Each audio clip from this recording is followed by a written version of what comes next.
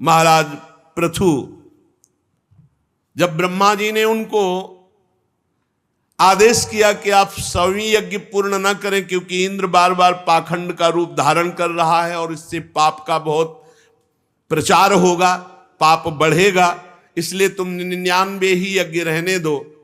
तो उसी समय पृथु जी ने यज्ञ का संकल्प रोक दिया, 100वीं यज्ञ का। इससे भगवान हरि बहुत प्रसन्न हुए और वहीं भगवान प्रकट हो गए। महाराज पृथु ने भगवान की चरण वंदना करके स्तुति की। कल यहां से दे पृथु जी बोले, वरान विभो त्वद वरदेश्वराद बुधा कथम वृणीते गुण विक्रियात्मनाम ये नारकाणाम अपि सन्ति देहिनाम तानीस कैवल्यपते वृणेन च न कामये नाथ तदप्यहम क्वचिन न यत्र युष्म चरणाम्बुजासवः महत्तमांतर हृदयान्मुखच्युतो विधत्स्व करणायुत में सुमेवरः। हे मोक्षाधिपति प्रभु, आप वर देने वाले ब्रह्मादिक देवताओं को भी वर देने में समर्थ हैं और आपने कहा वरदान मांगो, तो कोई भी बुद्धिमान पुरुष आपसे विषय भोग कैसे मांग सकता है? वे विषय भोग तो नारकी जीवों को भी मिलते हैं और आपके प्रसन्न होने पर कोई विषय भोग कैसे मांग सकता है?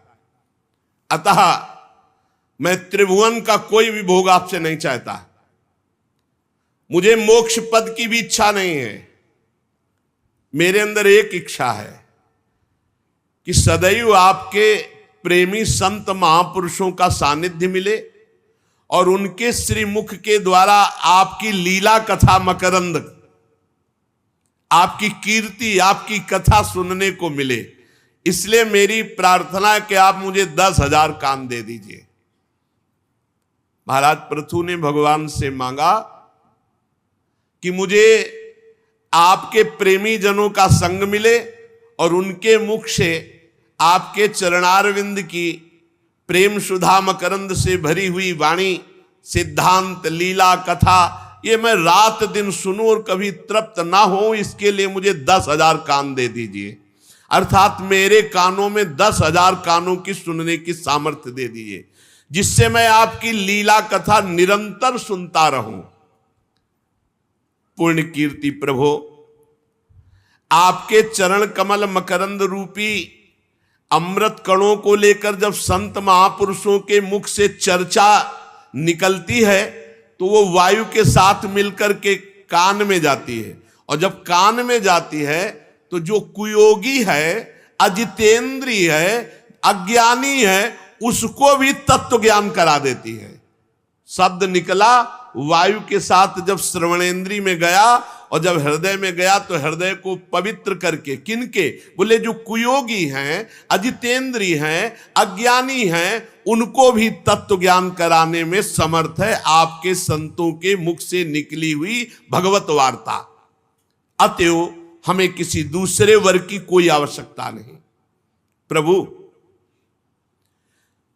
सत्संग में जब रुचि प्रकट हो जाती है, सत्संग प्राणों से प्यारा लगने लगता है, तो अब उसको फिर और कोई साधन भगवत प्राप्ति के लिए करने की जरूरत नहीं पड़ती। भगवान ने बताया एकादश स्कंद में, व्रतांश यज्ञ छंदांश तीर्था नियमा यमा यथा वरुंधेत सत्संगा सर्वसंगोपहो इमाम। बड़े बड़े व्रत, नियम, तीर्थ याटन, वेदाध्ययन आदि से मैं वश में नहीं हो सकता जैसा मैं सत्संग सुनने से वश में हो जाता हूं।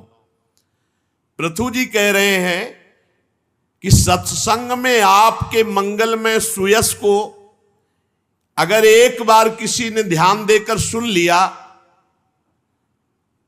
तो अगर वो बहुत ही पापी और पशु बुद्धि है तो वो छोड़ देगा, नहीं तो वो फिर सत्संग को पकड़ लेता है और वो छोड़ नहीं पाता। और यही उसे भगवत प्राप्ति करा देता है। सत्संग बड़े भाग्यशाली होते हैं जिनकी रति सत्संग में होती है। और सत्संग एक ऐसा महिमामय है कि रोज अपनी कमियां अपने को सत्संग में पता चलती हैं, रोज कमियां त्याग कर हम भगवान के योग्य हो जाते हैं। प्रभु लक्ष्मी जी को कुछ चाहिए नहीं, पर वो आपका सुयश सुनती रहती है। और लक्ष्मी जी के समान मैं भी आपका सुयश सुनना चाहता हूं, आपकी सेवा चाहता हूं। तो ऐसा तो नहीं होगा कि आपकी सेवा मैं चाहता हूं, लक्ष्मी भी चाहती है। आपकी लीला कथा सुनना चाहता हूं, लक्ष्मी जी भी सुनना चाहती है। तो कहीं लक्ष्मी जी हमसे कलह तो नहीं कर बैठेंगी? जैसे एक पति को दो चाहें तो आपस में कलह हो जाता है। प्रभु मेरी प्रार्थना है कि लक्ष्मी जी के हृदय में विरोध भाव होने की संभावना है, क्योंकि मैं भी आपको प्यार कर रहा हूं, लालायित हूं सेवा में, और ऐसा लक्ष्मी जी भी हैं। तो प्रभु आप दीनों पर दया करने वाले हैं।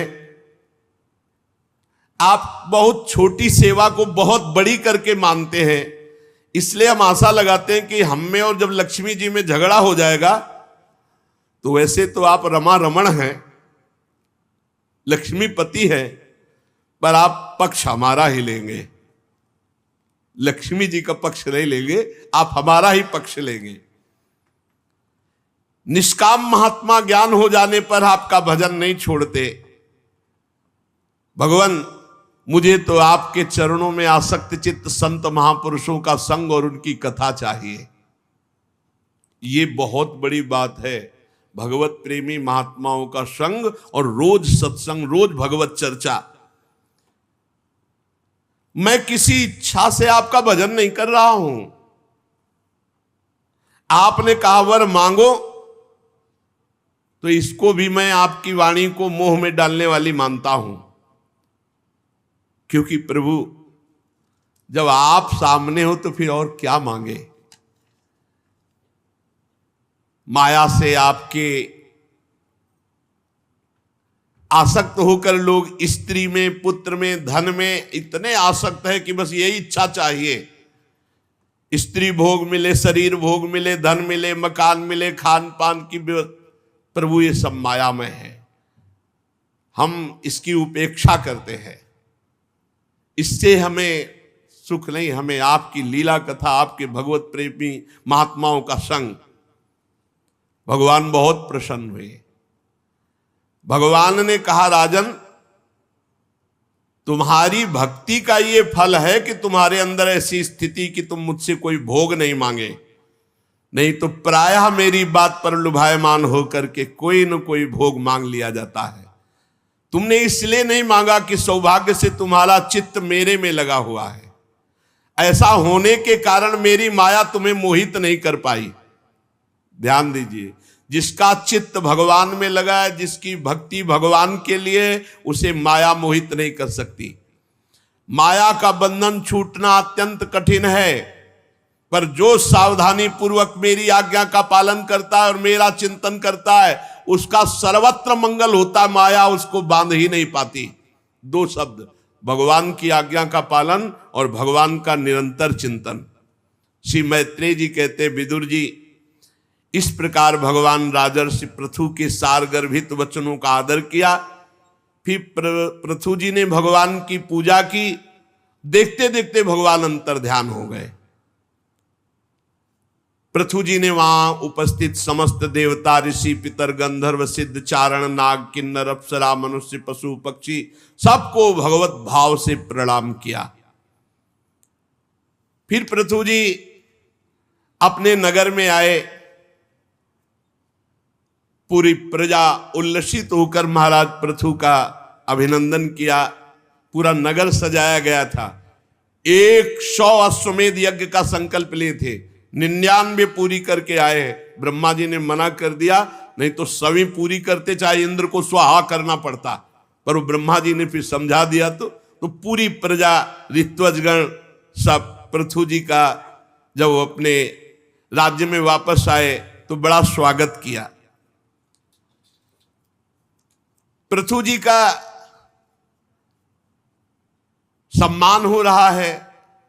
पूरी प्रजा पिता की तरह देख रही है, तो श्री मैत्री जी से विदुर जी ने कहा कि मैं उनके और पावन चरित्र को सुनना चाहता हूं, आप कृपा करके बताइए। मैत्री जी ने कहा, बड़े भाग्यशाली हैं जो गंगा और यमुना के मध्यवर्ती देश में पैदा हुए। ये बड़ा पावन क्षेत्र है, गंगा यमुना का ये सब बड़ा पावन क्षेत्र है। मतलब भगवत प्राप्ति के लिए बहुत बड़ी भारत भूमि में जन्म होना, गंगा यमुना के पवित्र क्षेत्र में अन्यत्र कहीं जीवन मुक्त अवस्था या तत्वबोध या भगवत प्रेम भगवत प्राप्ति की चर्चा नहीं है। बस वही नरक स्वर्ग की बातें हैं।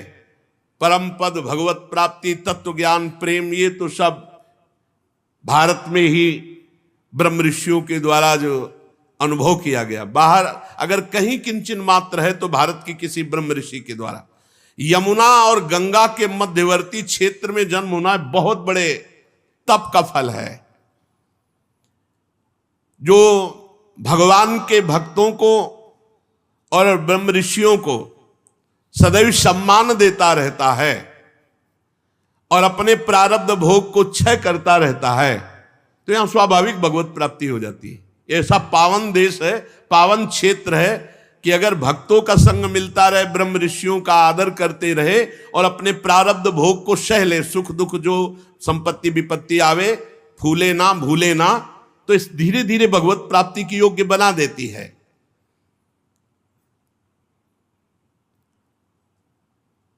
राजा पृथु संपूर्ण प्रजा को एकत्रित किए और कहा, आपका कल्याण हो महानुभाव, मैं कुछ निवेदन करना चाहता हूं। आप हमारी प्रिय प्रजाजन हैं, हमारा उद्देश्य है आपको परमानंद की प्राप्ति कराना, केवल कर लेना या राजभोग भोगना नहीं है। हम अपनी समस्त प्रजा से विनय करते हैं कि आप लोग बहुत सुंदर उपदेश कर रहे हैं, पर दोष दर्शन छोड़ दीजिए और हृदय में भगवान का सुमिरन करते हुए अपने कर्तव्य का पालन कीजिए। घर घर में नाम कीर्तन, घर घर में ठाकुर सेवा, घर घर में भगवत चर्चा, ये मेरे ऊपर बड़ा अनुग्रह होगा, ये मैं विनय कर रहा हूं, मेरी बात मान लो। अर्थात आप हम पर बड़ी कृपा करेंगे यदि सब नाम कीर्तन अपने घरों में करेंगे, भगवत चर्चा सुनेंगे, किसी से कभी भी दोष दर्शन वाली ना वार्ता करे ना दोष दर्शन करे, ये बहुत भजन की हानि कर देती है। महाराज पृथु पहला उपदेश क्या दे रहे प्रजा को, हे प्रजाजनों, आप लोग पर दोष दर्शन छोड़ दीजिए, दूसरों पर दोष दृष्टि करना छोड़ दीजिए। ये मैं अनुग्रह करता, मेरे ऊपर अनुग्रह करोगे जो मैं कह रहा हूं यदि करोगे। जो भजन करता है दूसरों के दोष दर्शन करता है, दूसरों की निंदा करता है, कोई उन्नति नहीं होगी उसकी। पूज्यपाद उड़िया बाबा जी महाराज, पर दोष दर्शन, पर दोष निंदा वर्णन करना और श्रवण करना, तीनों का परमार्थ नष्ट हो जाता है। पहला उपदेश किया प्रजाजन से कि आप परस्पर दोष दृष्टि का त्याग कीजिए, तभी भजन होगा। पर दोष दर्शन, दोष दर्शन का अधिकार गुरु को, पिता को, उपदेष्टा को है।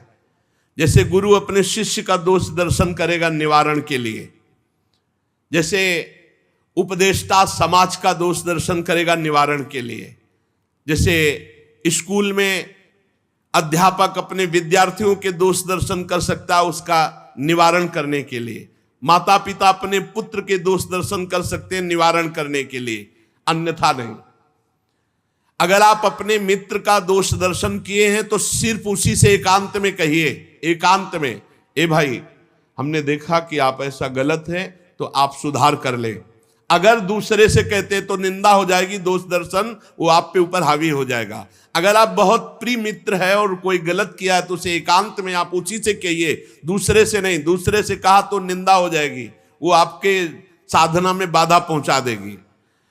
पृथु जी महाराज कह रहे सबसे पहले दूसरों पर दोष दृष्टि त्याग कर हृदय से भगवान का स्मरण करते हुए अपने कर्तव्य का पालन करो, ये मुझ पर बड़ी अनुग्रह होगी और इसी से भगवत प्राप्ति हो जाएगी। बिल्कुल सरल उपाय, किसी की निंदा नहीं करना, निरंतर भजन करना, अपने कर्तव्य का पालन करना। जो विशुद्ध चित्त होकर समस्त देवताओं को, महर्षि गणों को, भक्तजनों को प्रार्थना करता है, प्रणाम करता है, उनकी सेवा करता है, तो मरने के अनंतर वो भगवत प्राप्त हो जाता है। देवताओं की वंदना, महर्षि गणों की वंदना, भक्तों की अभ्यर्थना, नाम जप, किसी से कोई दोष दर्शन नहीं, अपने कर्तव्य का पालन, तीन को बराबर फल मिलता है। क्रिया का उपदेश देने वाले को और उसके कर्ता को और उसके अनुमोदन को। इसलिए बहुत होश से उपदेश भी दे और समर्थन भी करे, और क्रिया तो होश से करे, नहीं तीनों को बराबर फल मिलता है। अब आपने जो आज्ञा करी उसने पीटा, और एक ने कहा बहुत ठीक, तीनों की दुर्गति होगी, और एक ने कहा भाई थोड़ा नाम जप किया करो, दूसरे ने कहा नाम जप करना तो बहुत उत्तम बात है, और तीसरा नाम जप कर रहा है, तीनों को बराबर फल मिलेगा। कर्ता, उपदेष्टा, समर्थक, तीनों को बराबर फल मिलता है। इसलिए माननीय सज्जनों, महानुभावों का मत है कि कोई भी कर्म बिना फल दिए नष्ट नहीं होता, इसलिए कोई भी पाप कर्म ना करो। महानुभावों का मत है हर कर्म फल देगा। असत कर्म फल देता है तो फिर सत्कर्म क्यों नहीं देगा? कर्म करो तो केवल इहलोक परलोक दोनों जगह तुम्हारा बड़ा मंगल हो, शरीर तेजोमय हो, बुद्धि प्रकाशमय हो, हृदय आनंदमय हो, ऐसे कर्म करो। ऐसे कर्म, जो पाप कर्म है वो हृदय जलता रहेगा, चेहरा तेजहीन हो जाएगा और मन एकदम खिन्न, बुद्धि भ्रष्ट हो जाएगी। बड़े बड़े महापुरुष मनु, तानपाद, महीपति, ध्रुव, राजर्षि, प्रीवत, हमारे दादा अंग, ब्रह्मा, शिव, प्रहलाद, बलि, ये सब भगवान की आराधना के प्रभाव से इस लोक और परलोक में परम यशस्वी, सम्माननीय और परम मंगल हुआ। ये मृत्यु के दौहित्र बेन आदि कुछ सोचनी लोग हैं जो भगवान की निंदा करते रहते हैं, इनकी बातों पर ध्यान नहीं देना चाहिए। जब कोई भगवान के चरण कमल का आश्रय लेकर भजन करता है तो जैसे गंगा जी सबको पावन करती है, ऐसे वो भजन करने वाला दूसरों को पावन करने वाला बन जाता है। सातरति सातरति सा लोकांतारयति। जो भगवान का नाम जप करते, जन्म जन्म के मन में जमा पाप नष्ट होने लगते हैं। जो भगवान का आश्रय लेकर वैराग्य से युक्त होकर भजन करते हैं, उन्हें बहुत जल्दी तत्व ज्ञान हो जाता है। वैराग्य से युक्त होकर उनको इस संसार चक्र में नहीं आना पड़ता।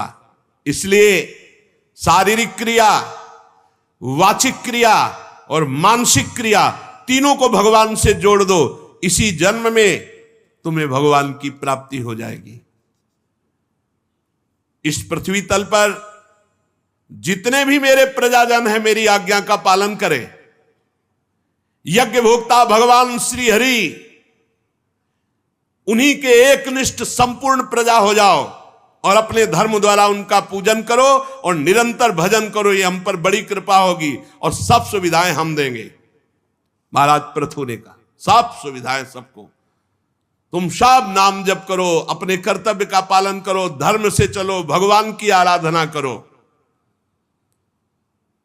महाराज पृथु जैसा राजा हो, हम तुम्हारी सब सुविधाएं, तुम भगवान का भजन, नाम कीर्तन करो, अपने अपने कर्तव्य का पालन करो, किसी में दोष दृष्टि मत करो, भगवान ही है।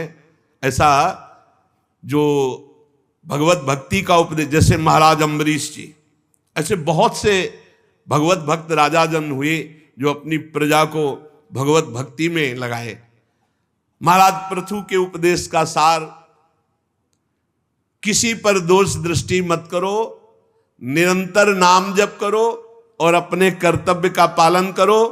शारीरिक, मानसिक और वाचिक कोई भी क्रिया पाप वाली ना हो तो इसी जन्म में भगवत प्राप्ति हो जाए। शेष चर्चा आगे। श्री राधा वल्लभ लाल।